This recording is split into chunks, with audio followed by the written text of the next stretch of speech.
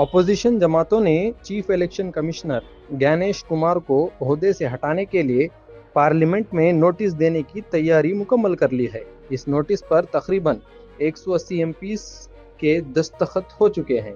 Allahabad high court का मुसलमान शहरी को 24 घंटे सिक्योरिटी देने का हुक्म। जम्मू में एक शादी की तकरीब के दौरान सबका वजीर आला फारूक अब्दुल्ला पर गोली चलाने वाले 67 साला शख्स कमल सिंह जानवाल को गिरफ्तार कर लिया गया। मुलजिम ने एतराफ़ किया कि वो पिछले 20 साल से उन्हें निशाना बनाने का इंतजार कर रहा था। ईरान की रेवोल्यूशनरी गार्ड IRGC ने इजराइल के शहर हाइफा में तेल की रिफाइनरी और तेल अवीव में कम्युनिकेशन सेंटर को बैलिस्टिक मिसाइल से निशाना बनाने का दावा किया है। यह कार्रवाई तेहरान पर होने वाले हमलों के जवाब में की गई।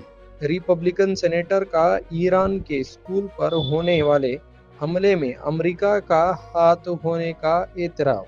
भारत को रशियन तेल पर अब कोई डिस्काउंट नहीं मिलेगा।